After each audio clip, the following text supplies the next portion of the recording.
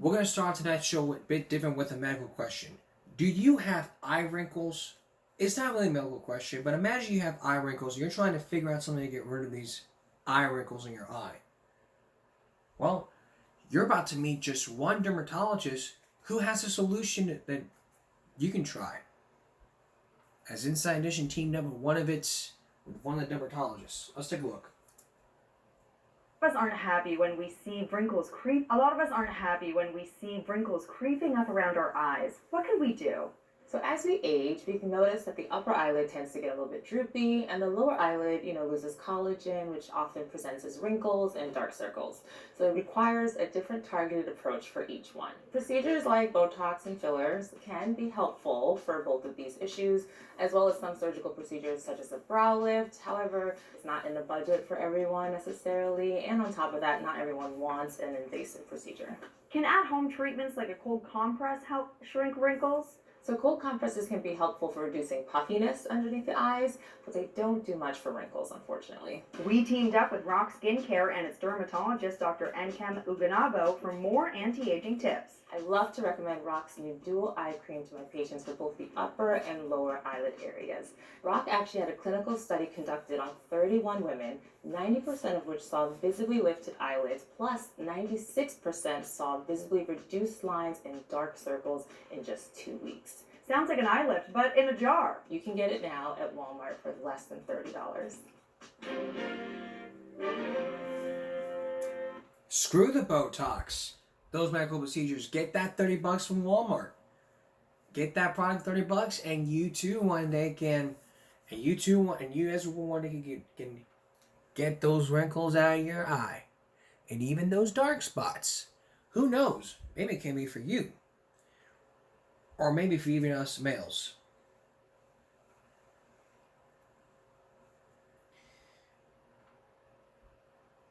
Are you thinking about buying some stuff for Thanksgiving? Well, this year's Thanksgiving can be more expensive as food costs are rising up. Take a look at this. This is a switch bike. This is a switch bike. No. I feel like the Pied Piper of Turkey. I feel like the Pied Piper of turkeys. You guys with us? And this year, the turkey on your Thanksgiving table might actually cost you less. Farmer John McConaughey of Doublebrook Farms in New Jersey explains why. Well, I think because prices were so high in the last couple of years during COVID, and grain prices got so high that people overproduced. Overall, Thanksgiving dinner is expected to cost you more this year. The turkey might be a little less, but the fixings will be a bit more. I think you're seeing a little bump in potatoes this year. At Stu Leonard's supermarket in Yonkers, New York, he told us why some prices are up. We had Hurricane Hillary out in California, which brought up the price of artichokes and Brussels sprouts. You also had some rain down in Georgia, which brought up the price of green beans. You remember the big egg thing we had where eggs were way up in price? They're down quite a bit since last year. He also has some good advice to save money. Here's what I recommend that you do. Ask your guests to bring a dish to your house. Target is hoping to make Thanksgiving extra easy. The chain is offering all the food you'll need for a traditional Thanksgiving dinner for $4. Everything you see here for $25, including the bird. Caterer chef Lauren Kovis made the feast using all the Target ingredients. You're getting a full turkey, a bag of potatoes, stuffing, all the sides you need to make up the perfect dinner. She jazzed up some of the dishes, adding her own crispy onion rings to the green beans, for instance. We've got this together in about literally 5 minutes. And the potatoes? I had to buy the butter and cream, but that's fine. Chef Kovis and her family give the meal a big thumbs up. You got a little bit of everything, Yeah. and it's the perfect portion for us. I mean, we're a family of 4, and we like to eat.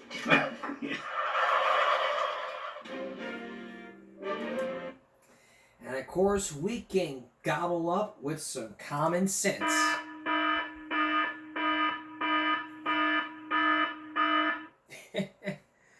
I'm on a roll of puns tonight.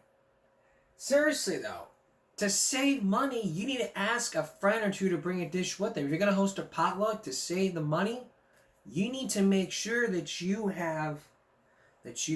gotta make sure that you ask a friend to bring a dish. It may not be required, but if you want to save some money, that's perfect. I mean, you can just, I mean, it doesn't have to be you just sitting there taking a nap while everyone's getting dinner and watching TV. I mean, everybody has to help out every now and then for this Thanksgiving. I mean, your role as a family is to help out. I mean, one person can do the turkey, the other person can do the stuffing, the other person can do the cranberry sauce, the rolls, another person can do the rolls, the other person can do the ham, the other person can do whatever they want to do. Macaroni and cheese. I mean, remember the episode Everybody Hates Chris where everybody had to work together to come up with a great Thanksgiving meal? That was the whole point. Thanksgiving is all about being thankful for your family, like Christmas. It's not just about getting gifts. It's not about what you get. It's all about family. That's just what it is. So this Thanksgiving, try to save up and have your family help out every now and then. Your in-laws, your mom, I mean, not just mom and dad help out. Have the kids help out. Have the in-laws help out. Stepsisters, stepbrothers, everybody help out. That way y'all can save more money. And not gobble up your savings for college. We're getting way ahead of ourselves. Coming up, the Food Lion story and the use of a hidden camera. Did ABC go too far back in 1992 to get a story with hidden cameras? Stay with us. Hidden cameras. They're often used for journalists and news reporters. When you watch a news magazine like 60 Minutes, Dateline, Primetime Live, Day One, 2020, they talk about a hidden camera investigation. That's to where they use hidden cameras like this. Or huge cameras like this hiding at the wall. But this is not just more than a story about hidden cameras. This is a story about going too far to get a story. And believe me, journalists nowadays have to go undercover with a fake mustache. So it's just more than going in disguise. It's just more than going in disguise to get a story.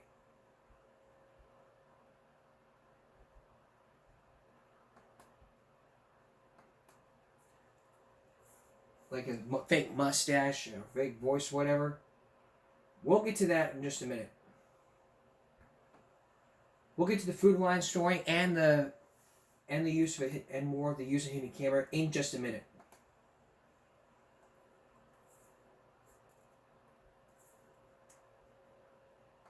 I mean, because really, there's a lot of talk about hidden cameras. We'll get to the hidden cameras just a minute. We'll deal with the jury from the Food Lion story in just a minute. We'll hear from Food Lion in just a minute.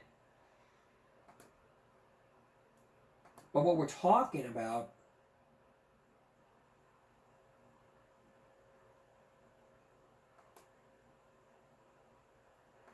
what there needs to be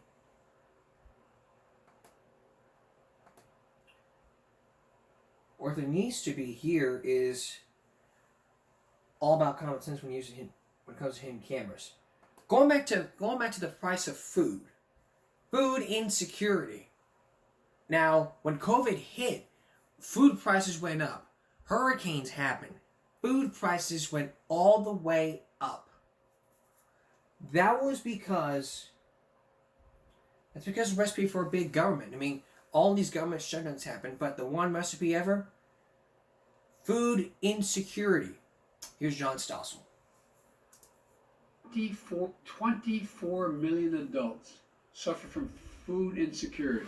Wow, Americans suffer food insecurity. Food insecurity in the richest country in the world. Many families are facing potential hunger. Really? Americans are hungry? Food insecurity is not the same thing as hunger. Rachel Sheffield researches what the government calls food insecurity. Turns out it doesn't mean hunger. It means that they had to rely on cheaper foods, store brand alternatives to name brands, or that they had to reduce the variety. The USDA admits it. For most food insecure households, the inadequacies were in the form of reduced quality, not insufficient quantity. The government's food insecurity numbers come from a survey that asks questions like, did you ever cut the size of your meal because there wasn't enough money? From that, the government claims 33 million Americans live in food insecure households. They almost want to create a crisis. Yeah, government programs tend to want to keep themselves going. As a result, their handouts harm the very people they're meant to help. Before government's war on poverty began, Americans were lifting themselves out of poverty. Once welfare checks started, the poverty rate kept dropping for a few years, but then progress stopped because handouts encouraged people to be dependent. Our government did something remarkable. It created a new class of dependent people. And now government twists itself into knots to perpetuate that by calling even obese people food insecure. The New York Times used this photo in its latest report on vulnerable people suffering, waiting for food stamps. Americans are consuming too many calories rather than too few. And adults labeled food insecure are more likely to be obese. The nation's obesity epidemic is growing. So activists promote another myth. Poor people are overweight because they can't afford to eat healthy. That's why they eat junk food. You know, junk food is cheap. But that's another myth. Healthy food is actually a little cheaper. Yeah, there's this widespread belief that junk foods are more affordable, but things like chips and cookies, soda pop, fast food, those are actually relatively expensive sources of calories. They sure are. We compared the cost where I live. Healthy food like oatmeal, peanut butter, bananas, and eggs cost much less per calorie than a McDonald's McDouble, or Coke, or chips. Don't give me that horse that eating healthy is expensive. It isn't. Go to the supermarket. They're throwing the vegetables at you. This comedian gets it. McDonald's is the reason why I'm out of shape. I would have got a salad, but you didn't have the option, so I was like, well, I guess I gotta get 52 Big Macs. This community went 10 years without a place for folks to buy good food. Michelle Obama promoted another myth, food deserts. She said eating healthy is much harder for poor people who live in what we call food deserts. Her claim got lots of play. If a mom wanted to buy some fresh fruit for their kids' lunch, that means she would have to get on a bus. But so-called food deserts turns out to be a government trick. When officials designate them, they deviously ignore small businesses and food stands. In the neighborhood where Michelle Obama gave her food desert speech, even the New York Times reported that this man was selling food out of this truck. He sold healthy food like blueberries, onions, cucumbers, sweet potatoes. He wasn't counted in the government food desert surveys. But the media still talk about food deserts.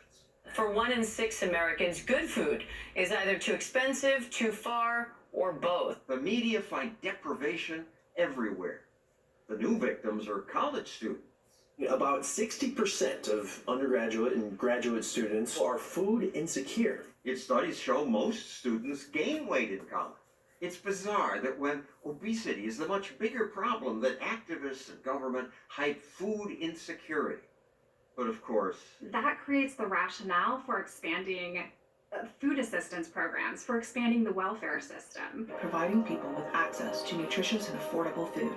Expanding the welfare system seems to be the government's main goal. The federal government, which runs the SNAP program, announced an increase in SNAP benefits. We've spent more on the war on poverty than all the military wars combined in the United States without any success. Actually, it's been a success in one way. It increases dependence on the federal government. So the handouts are good for bureaucrats who dole out the money and politicians who get to sound like good guys.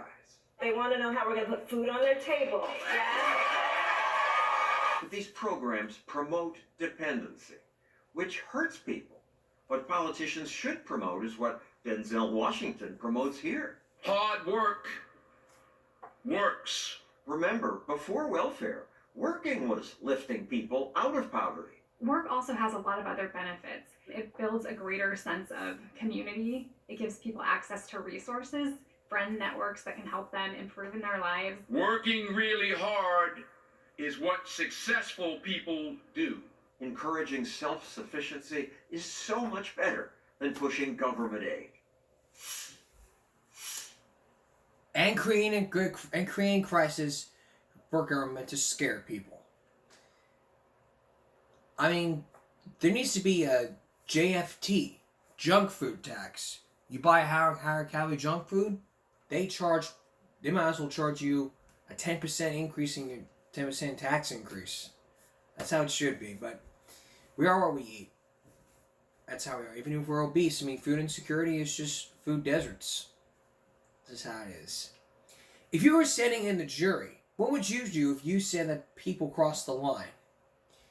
Coming up, what the jurors say that Primetime Live did back in 1992 that crossed the line, and the use of a hidden camera. Stay with us. There's nothing like watching a hidden camera investigation to see how people rip you off or any scam that you could see.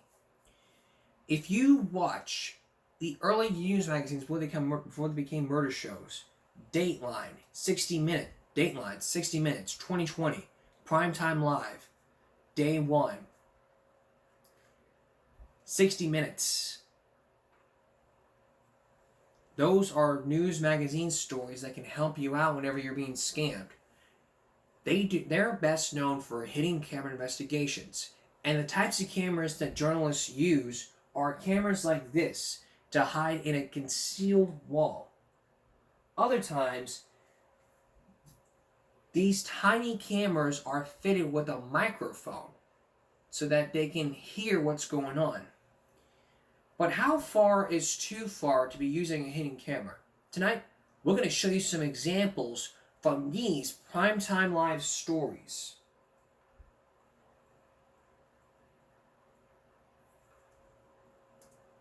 Now this came right after, back in 1992, when ABC got hit with a lawsuit from a company called Food Lion. Food Lion says that ABC went too far to get a story using hidden cameras and false employees, meaning ABC staff worked at Food Lion. So we'll hear from what the jury says a little bit later. But let's look at how hidden cameras work, from a back wall to a tiny little device. And even you can use a GoPro as a hidden camera. Here's Sam Donaldson. We've used hidden cameras to show repairmen ripping off homeowners. We set up this camera, hidden behind a special mirror in that cabinet. To show patients at veterans hospitals being neglected. Days went by without hospital staff feeding him. Charles was brought trays of food, but since he's quadriplegic, he couldn't get to them. To show Medicare fraud. Drivers pay patients out of what they get from the clinics. Some of our critics think we don't use hidden cameras as judiciously as we should. And some think we should really never use them at all. We asked two media critics, Tom Rosenstiel of the Pew Foundation's Excellence in Journalism Project, who took Primetime to task on a number of fronts in an Esquire article 2 years ago, and Paul Starobin of the National Journal, whose New York Times commentary recently about our use of hidden cameras was blistering, to look at some of our work and discuss it with us. Rosenstiel takes a case-by-case approach. Is the use of a hidden camera without permission ever justified? I think it's justified as a technique of last resort. It's a kind of civil disobedience test. Does the good outweigh the wrong? But there's a lot of excessive use of hidden cameras now on the primetime magazines, and that's, I think, what's got people uneasy. You're saying people think we use hidden cameras just for a rating rather than to actually do a public good? I think you use hidden cameras just for ratings, oftentimes, and not to do a public good. Starobin believes the same thing. I think it's been used as kind of a trick or a stunt by the television journalism community to attract the viewers, a sort of a candid camera thing that, you know, people like to watch people who don't know they're being watched, and I think that detracts from the substance of the story and should be generally avoided. We showed our critics excerpts of our work, beginning with stories where the cameras were on public property, but the subjects didn't know they were there. These are the beaches of the Caribbean island of Barbados. And these men were at the time in 1990 members of Congress, who we found enjoying themselves at taxpayers' expense. Not only that, We found lobbyists with them paying for much of their entertainment. Here, Mathis is paying the local jet ski concessionaire for jet skis for members of the delegation.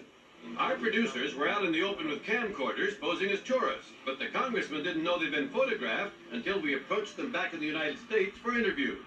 Many of your constituents might wonder why 5 days in the warm sun of the... In the years since, we've done a number of hidden camera stories about congressional junkets, which have had an impact on congressional rules. Then there was this story showing welfare cheaters who didn't know the person they were talking to was our producer. We began by taking our hidden cameras into welfare offices around the country.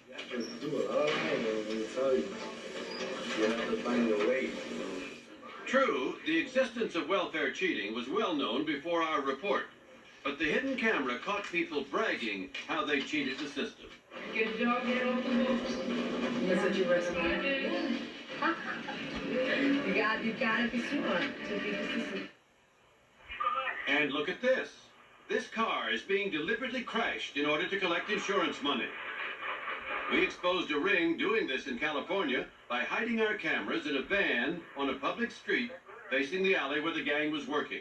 Want to do one more? In none of these stories, of course, had we disclosed in advance that we were there. Telling people you're about to show them engaged in wrongdoing is hardly likely to result in exposing it. Our critics were really concerned about only one of our examples. Well, the only one that troubled me was the welfare cheats, because we saw their faces. But Tom, they were cheating the welfare system. Why should their privacy override the exposure of their cheating? Because I think you could tell that story by blocking out their faces. It was mentioned that somebody posed as a welfare applicant. Our producer did. Yeah, I have a problem with that. Was that really the only way to get the story? ABC News management considers just that point before authorizing prime time to use a hidden camera. We know that often questionable activity and wrongdoing take place not out in public, but behind closed doors on someone else's property. And for each story proposed, we must ask ourselves if there is another way to investigate and tell the story as effectively without a hidden camera. Consider what happened in our very first undercover story on prime time back in 1989. It looks like a scene from a third world slum, or perhaps a prison camp. Our hidden cameras were carried by two ABC News producers who went undercover in a board and care home in Texas. Posing as mentally ill themselves, our producers took pictures of shocking abuse. On another occasion, we got jobs in meatpacking plants to investigate unsanitary conditions in the meatpacking industry.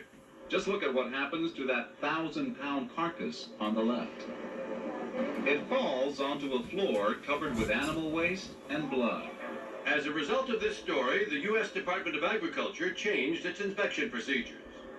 But our stationary camera had recorded a punishment that was never used when we were in the room. Perhaps one of the most shocking examples of abuse we've documented with the hidden camera occurred in a story about daycare centers. To gain entry, we said we were observers doing research. We said we weren't allowed to take care of children, that we could only watch. What we saw was neglect, topped by an attendant striking a child. When we showed this to the center's owner, she tried to deny it. She didn't hit him. That's a hit. She might deny it, but our cameras showed it did happen. And what did our critics think? Paul Starobin thought we were wrong in every instance. Well, I think you're dealing with some powerful subjects that ought to be the subject of good, honest, investigative journalism. And in fact, they always have been. I would quarrel, though, with the methods taken, specifically the deceptive practices. Was the subterfuge absolutely necessary to get these stories? But Tom Rosenstiel took a different view of our work. In the case of that mental institution, you're saving lives, probably, by closing that place down. I don't think the public is going to say, well, you shouldn't trespass there. And what about the daycare center? Could we not have gotten that story another way? Say by interviewing people who had seen what happened there. We would have had a story in which we had people saying, I saw the child being struck, and the proprietor presumably saying, it didn't happen. what would you have said to the audience? Make up your own mind as to who's telling the truth? This is a pretty good case where you've trespassed, but there may have been no other way to compellingly do the story. And again, protecting helpless children from being beaten is a fairly significant public good. Print reporters have been working undercover to expose wrongdoing in this country for over a century, winning prestigious awards like the Pulitzer Prize for doing so. For television, it really began in 1963, when CBS Reports first used hidden cameras to expose a bookie joint in Boston. What do you want now? What they're doing is illegal. They caught customers going in and out and showed beyond question that illegal activity, making book, was going on. It was quite a stunner and received critical acclaim. CBS's 60 Minutes led the way in expanding on the use of hidden cameras, even doing something police agencies have done for years. It set up a sting, its own trap, to catch mechanics dealing in phony auto repair. All I do is just do my job. We showed our critics 2 examples of stings Prime Time has done. In one, we set up a fictitious clinic we named Morgan Medical. We have hidden cameras, not just one, but 4 of them. Cameras that will catch every crooked deal at Morgan Medical. We showed how medical patients are in effect bought and sold by unscrupulous operators in order to rip off their medical insurance. If we'd cut every crooked deal that was offered, we could have grossed $20 million a year. And on another occasion, we set up a sting in a motor home, outfitting it with cameras to catch rip-off artists preying on motorists. An elderly couple working with Prime Time drove onto a highway. They were the bait, and sure enough, the road raiders flagged them down. You had smoke blowing out the back of this thing. It dripping. Sure enough, there appeared to be a leak. But our hidden cameras captured how it got there. His partner slipped under the other side. It took just a few seconds to create the illusion of a major leak. But it cost you a heap of money. That's right. They sold us back our own differential for more than $2,000. This shows how complicated this sort of moral minefield can be. I think the second one was fine. You knew that these guys were out there, and then you lured them in by driving along a public roadway, and they came and got you, in effect. The first one, where you've set up the phony clinic and lured people in, is a little more problematic. Not just problematic to Paul Starobin, but wrong. Well, it seems like in each of those cases there's a real potential for entrapment, and that worries me about stings. The same potential exists, of course, when law enforcement authorities mount these operations, but they have to go through all kinds of hoops and checks with judges and get warrants and prove probable cause and all those sorts of things. I worry about a news organization kind of taking on that kind of law enforcement cast. Our lawyers at ABC carefully review every one of our hidden camera requests for legality, and our management checks them for fairness. But our critics point out that the public has its own sense of fairness as well. If you see a big-time network use a bazooka to kill a fly, it makes you uncomfortable to watch. Do you have the idea that when we showed the members of Congress doing things that were inappropriate, the audience was saying, right on, thank goodness for Prime Time? But if we'd been showing choir leaders doing inappropriate things in public, they wouldn't have had the same reaction? Yeah, I do, and I think you're on to an important point. When you take on the little guy, they think of you as a big, powerful institution, and not as the surrogate of the common man. We showed our critics one final example of our work. It took a dramatic look at the impact of race relations in the United States. Our question, how much difference does the color of your skin make in everyday life in America? We showed 2 men, one black, one white, in various everyday situations and documented how they were treated. In this store, the white man receives a hearty welcome, while 3 minutes later, the black man is ignored. And at this apartment house, the manager showed the white man a unit for rent. A 1-bedroom, air conditioning. But 10 minutes later, told the black man there was no vacancy. Oh, ma'am, I am not prejudiced. I got Mexican, I got Jewish, my God. How many black people in this apartment? There's none. Paul Starobin acknowledged that what he had seen was powerful, but still didn't agree with our tactics. Again, it's the hidden camera as part of this kind of, ABC trick. I mean, why not? If people want to report this kind of thing, perhaps they could give you their own tapes or pictures, or you could get leaked documents and so forth. I'm just uncomfortable about ABC taking the lead here and setting up the sting operation. On the other hand, Tom Rosenstiel thought in this case we had performed a service. The public good here, what you're accomplishing with this story, is of such significance that I think this is a justified use of hidden cameras. In other words, you're not completely clean. This is not something where it's perfectly all right, but the end, in a sense, justifies the means. Over the years, Primetime has used hidden cameras to show unsanitary kitchen practices in certain fast food restaurants. He licks his fingers not once, but twice. To show how some people claiming workers' compensation appear hale and hearty when they think they're unobserved. We found him rolling logs, lifting boards, and tossing wood. To show baggage handlers in the act of rifling passengers' baggage in airline cargo holds. We watched them use Navy vans to go to dinner. And in all these cases, we've asked ourselves whether our viewers will believe we've served the public's interest. If you do it in a case where it's not justified, or the public thinks it's not justified, you create the impression that you're out of control.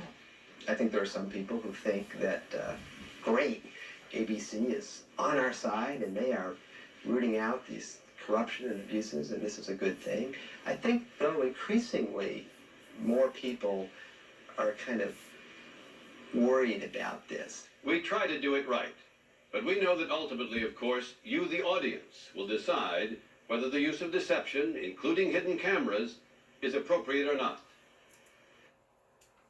It may be appropriate or it may not be appropriate. It depends on the point of view.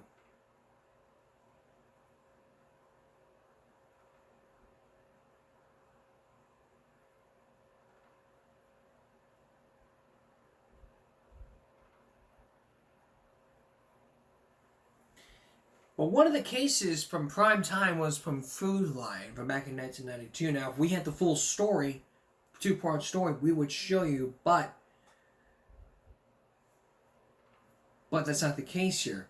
We're not going to show the Food Line story, but what we are going to do when we come back. When we come back, we're going to hear from what the jury had to say about that story, and we're going to hear what Food Line had to say after that story aired.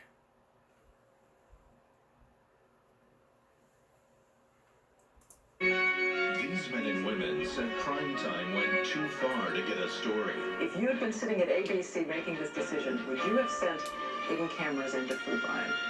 Diane Sawyer faces the jury. Stay with us. Whenever people cross the line, people say they've gone too far. But how's about when you use a hidden camera without permission? Would you go far to get a story, or would you go too far? Or would you go too far by lying and deceiving? In one case, back in 1992, Primetime did a story about Food Line, the fastest growing grocery chain in the country. As you know, last season we did a story about the dating game, to where they would repackage the meat and change the date dots. In this case right here, it probably was different before all the other food chains said different. You're going to see some excerpts from that Food Line report, and then we're going to hear from what the jury has to say. But first, here's Diane Sawyer. They take that pork that's already starting to get a slime to it, and it gets what they call a halo, kind of green tinge to it. And they take and put that in the grinder with sausage mixture, and they put it back out for anywhere from 7 to 10 days as fresh, homemade sausage. And it's rotten. I've seen them in the dumpster, not just leaning over into it, climb in it. I mean, be up in it. Taking out what kinds of things? Just take a head of cauliflower, for instance. I mean, to where it's just got black little spots all over the top of it, and they'd bring it back in. They'd want you to take like a Brillo pad type thing and scrub it, to get a little back stuff off and stick it in a tray, reduce it, and try and get something for it. Though we did not see it during our employment, 2 of our interview subjects also told us that sometimes a diluted house cleaner had been used to freshen up meat and fish. Clorox. Clorox on the Clorox fish? will take the smell off the fish. They soaked the fresh ham in Clorox to take the smell out of it. And then they cut it up and cubed it and sold it as cubed pork. Other sources told us about labor violations at Food Lion, how workers had been caused to work extra without pay. It's called off-the-clock work. How many hours did you work off the clock? Anywhere from 10 to 20 a week. 15, 20, 25. Mine anywhere from 10 to 25 per week. And this source said there was intense pressure on workers at Food Lion to complete their work in a strictly scheduled amount of time. I felt guilty, incredible guilt for the things that I made people do. Mark Riggs was a store manager for Food Lion in 2 different states. It was the biggest reason for me leaving. I couldn't look myself in the mirror at the end of the day. You had to push people, push people. We had talked to some of our sources at the beginning of our investigation, but we didn't feel that sources alone were sufficient for a story of this seriousness. As you may know, Food Lion has long argued that complaints against them have been orchestrated by the union. It's a non-union store. So Primetime decided in this situation the best approach was to obtain first-hand reporting. We told you back in 1992 that Primetime producers posed as applicants for work in over 20 different stores. 2 of our producers were hired and worked in 3 different stores, and that's how we obtained the hidden camera footage. All told, we obtained more than 40 hours of hidden camera tape. Some of it showed serious food handling problems. Here's a section of our broadcast as it first ran using the hidden camera video. You want the wrappers out? This fish has already been out for sale for 3 days. The sell-by date has expired. No problem. The market manager just gives it a new label and 3 more days to sell at full price. Old fish just gets a new wrapper, but this meat gets a full makeover. These pork chops didn't sell, so this market manager is cutting away the edges that are starting to go bad. So they go back out for sale, as fresh, for another 3 days at full price. And the consumer doesn't know the difference. And what about out-of-date ground beef already turning brown? This man is throwing it back into the grinder to be mixed in with the fresh ground beef.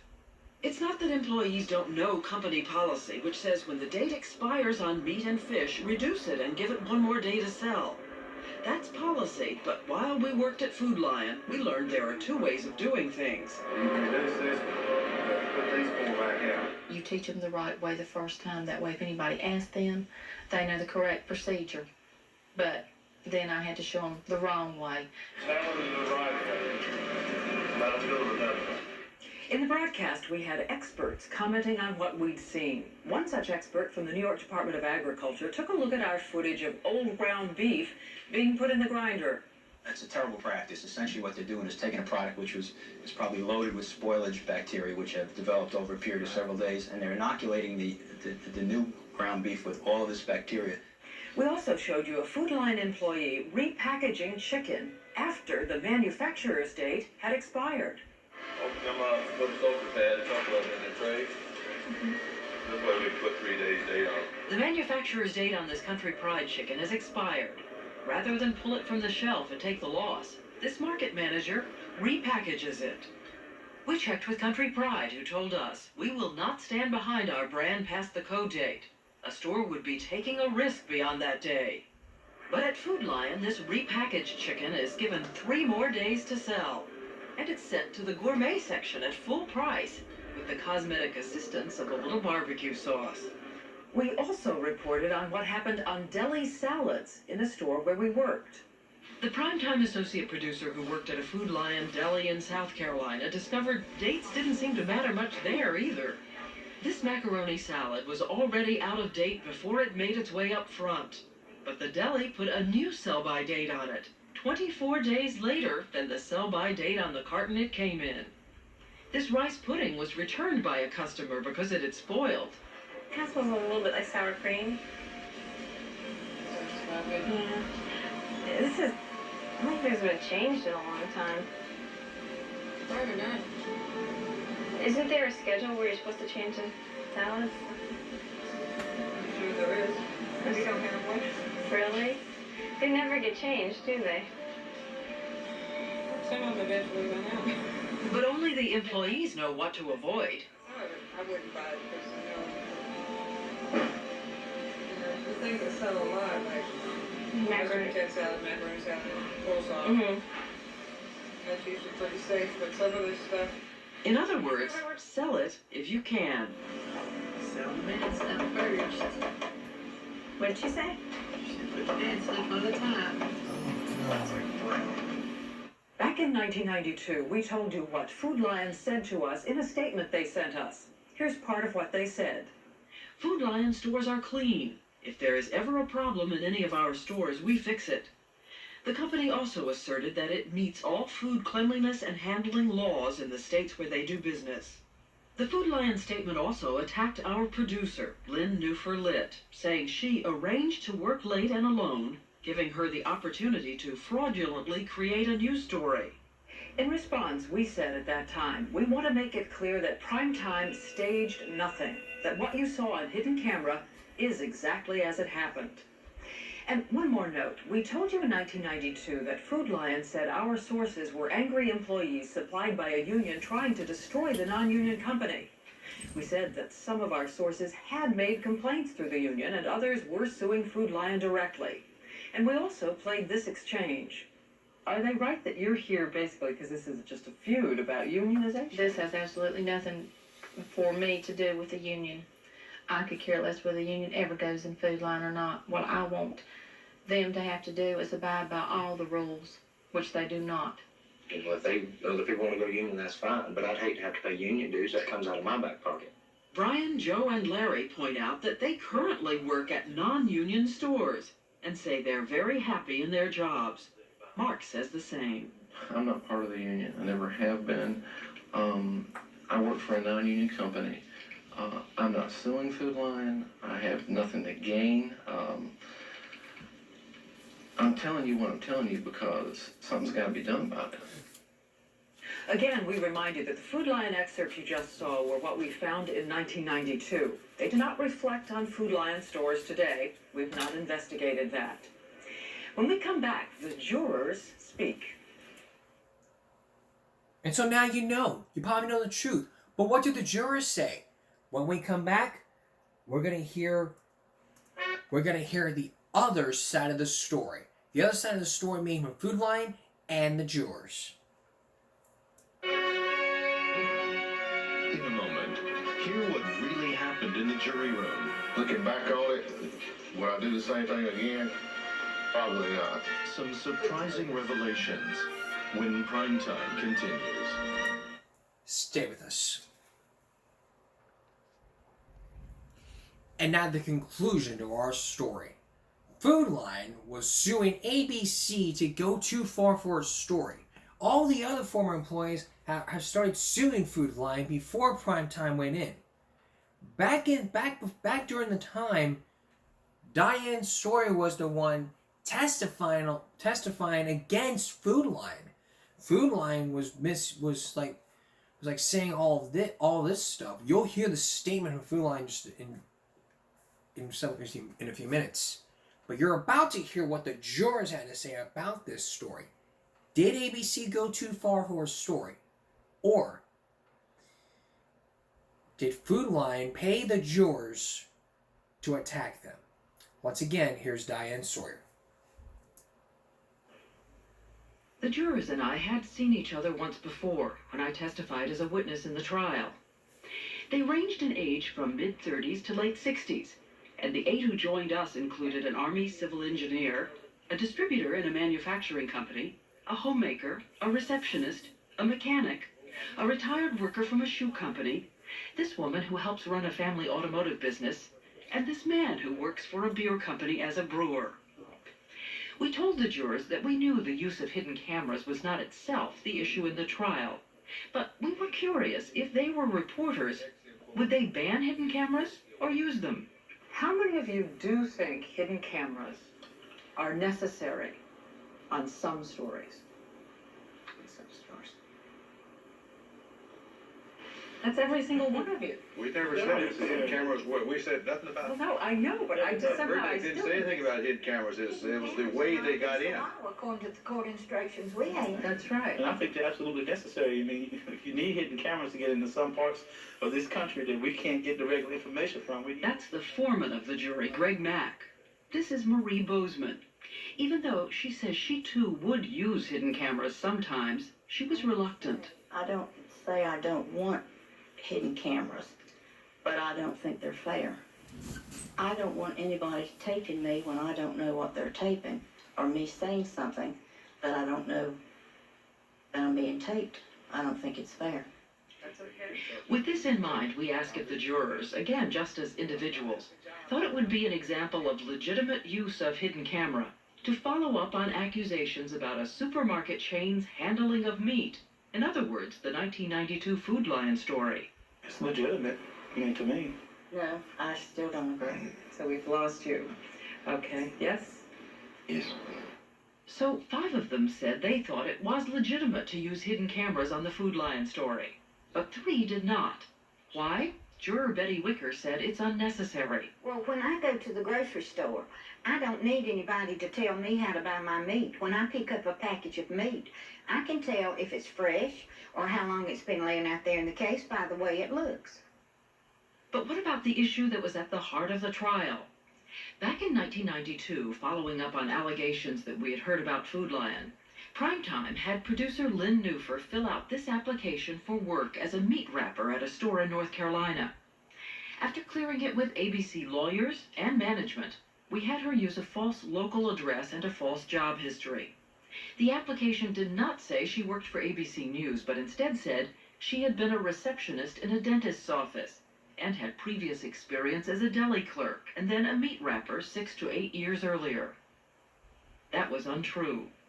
In fact, she had never worked at a grocery store. She also made arrangements for false references to help her get employed. And on her application, she even wrote, "I love meat wrapping." Associate producer Susan Barnett was hired at an entry-level position at a Food Lion store in South Carolina after she filled out an application saying she had once worked as a deli clerk at another chain.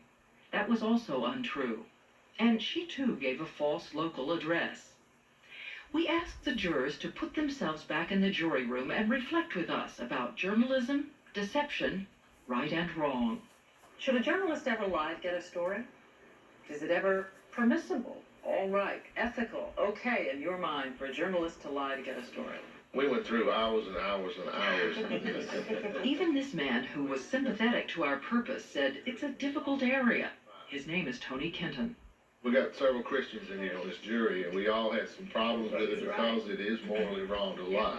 And we even went back into the Old Testament and used some scriptures and tried to justify, if we could.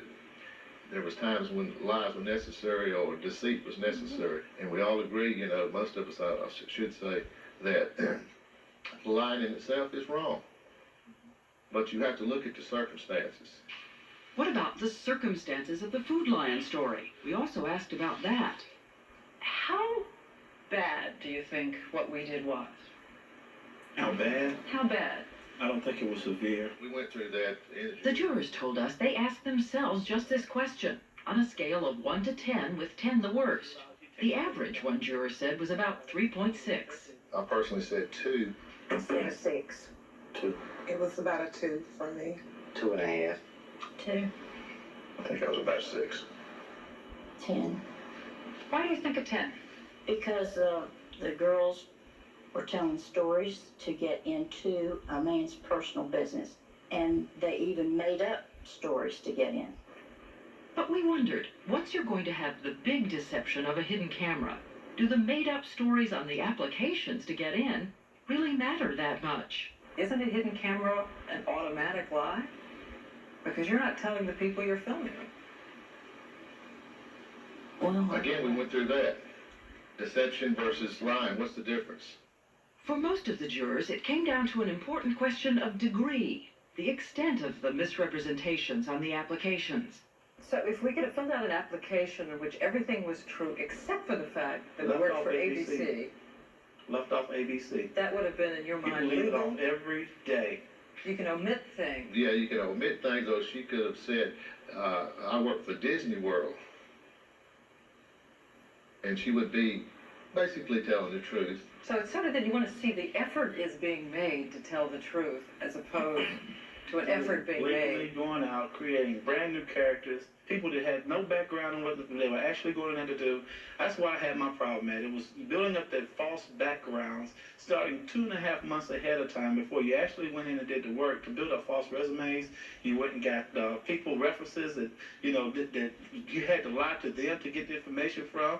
It was how you did it. But don't people misrepresent it? And maybe I'm being unfair to the world at large, but don't a lot of people misrepresent how much experience they've had? Yes, it do. I've had to do people's work for them and redo what they messed up, because then we later found that they had lied on their experience. And a side note, in the trial, I came down to testify about Primetime's hidden camera stories and what they'd accomplished. At least one juror was not impressed. She told us she thought that ABC was trying to see if them bringing the great Diane Sawyer to that trial was going to make us change our mind. You understand what I'm saying? You thought they were trying to You show came you to soften up the jury. Yeah, that's You it, Steve. You came to soften up the jury. So how did the jury decide on that $5.5 million amount? As we said, the judge told the jurors to assume the broadcast is true and decide if the way we got the jobs was reprehensible and we were conscious of doing wrong. And though they could consider whether they thought the broadcast made a profit for ABC, they were told not to consider the effects of the broadcast on Food Lion's sales or profits. The jurors told us they were polarized. We asked who wanted to charge us how much. I said $1. I think I said $1. Was it punitive? No, I was the only one that voted for zero. Oh, I didn't want to give him anything. I said $7 million. What about you? I put $1 billion, and it didn't have anything $1 to billion? do. $1 billion, and it did not have anything to do with what Tony said about how much money ABC made. That had nothing to do It with it. had something to do with Had it. nothing to do with my Absolutely. idea. It did not. They hurt Food Line, and they lost money. Now, how much they lost, we were never told, and we could not use. We were told not to use that they lost money. That wasn't part of the equation. I didn't consider the broadcast because I had never seen the But she broadcast. considered the damages that the broadcast occurred, so it's the same thing. So was Mrs. Bozeman's assessment based on her view of the broadcast? Even though, remember, most of what she saw in court had never been put on the air. I did not believe the broadcast. I had not seen that part, but in the courtroom, the parts that I saw, Food Line proved to me that ABC was wrong. Recently, another news organization did show some of the jurors our original broadcast.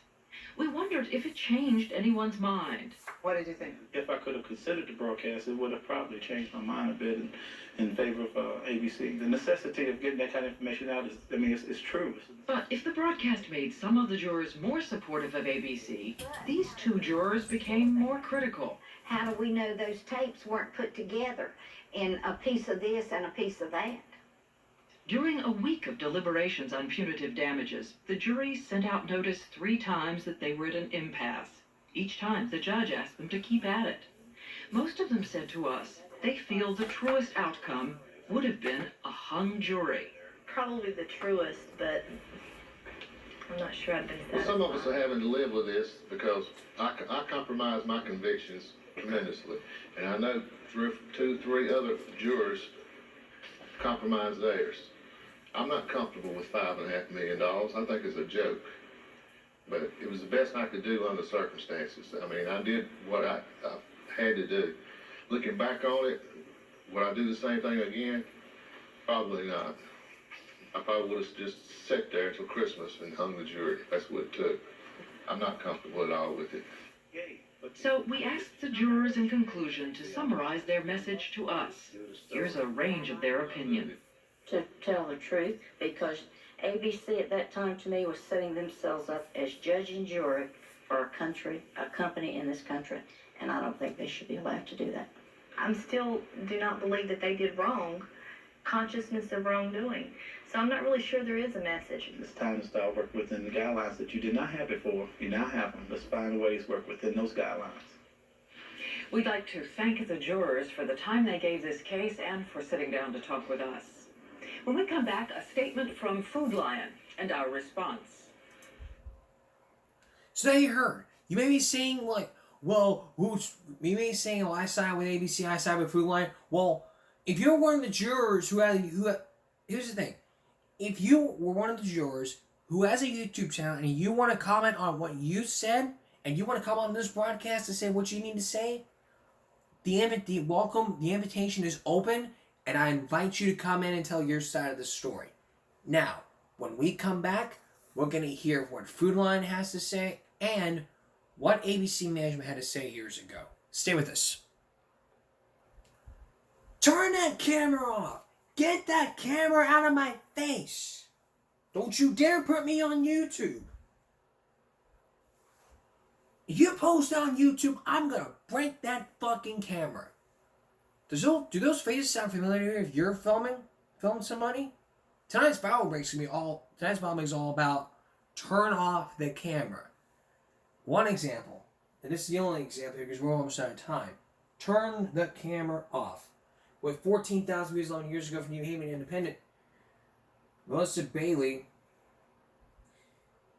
was the one filming, and the school representative at the time was all like, I don't want to do an interview. Just take a look.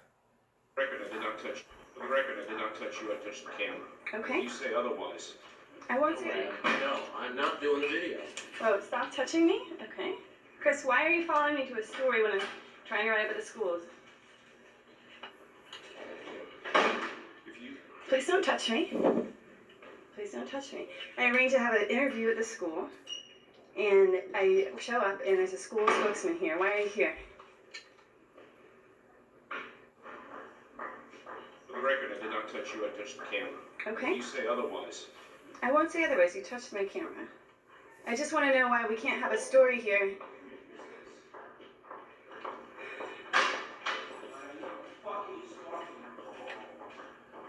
Turn the camera off. Okay, please stop. I'm in a public place, Chris. Wow, you're in a public place. For the record, I did not touch you. I touched the camera. I mean, when people go like this, it just basically means turn off they don't want to be filmed like this. Or when they cover the lens, it just means they don't want to be a camera. But if you touch somebody, it's just basically assault. We're gonna have more on turn off the camera on our next Bible break. And speaking of that, we are now out of time. Coming up on Friday, we're gonna hear the statement from Food Lion and ABC's response to what happened. We've already heard from Food Lion and the jurors, but the story's not over yet. Friday, you're gonna be hearing from the Food Lion and from one of the managers from after that report. You're also going to hear from what the ABC management has to say about what happened.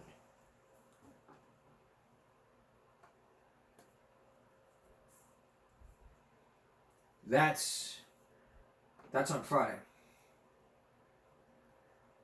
Then also on Friday, Mark Furman, you remember the O.J. Simpson trial? Well, this person who was with the O.J. Simpson, actually we're going to have that for you in the future. But also on Friday, we're going to look into the world of rap music. First, we're going to hear from Suge Knight. Then we're also going to hear from one person who was in jail. And then we're also going to hear from Biggie and Tupac Shakur.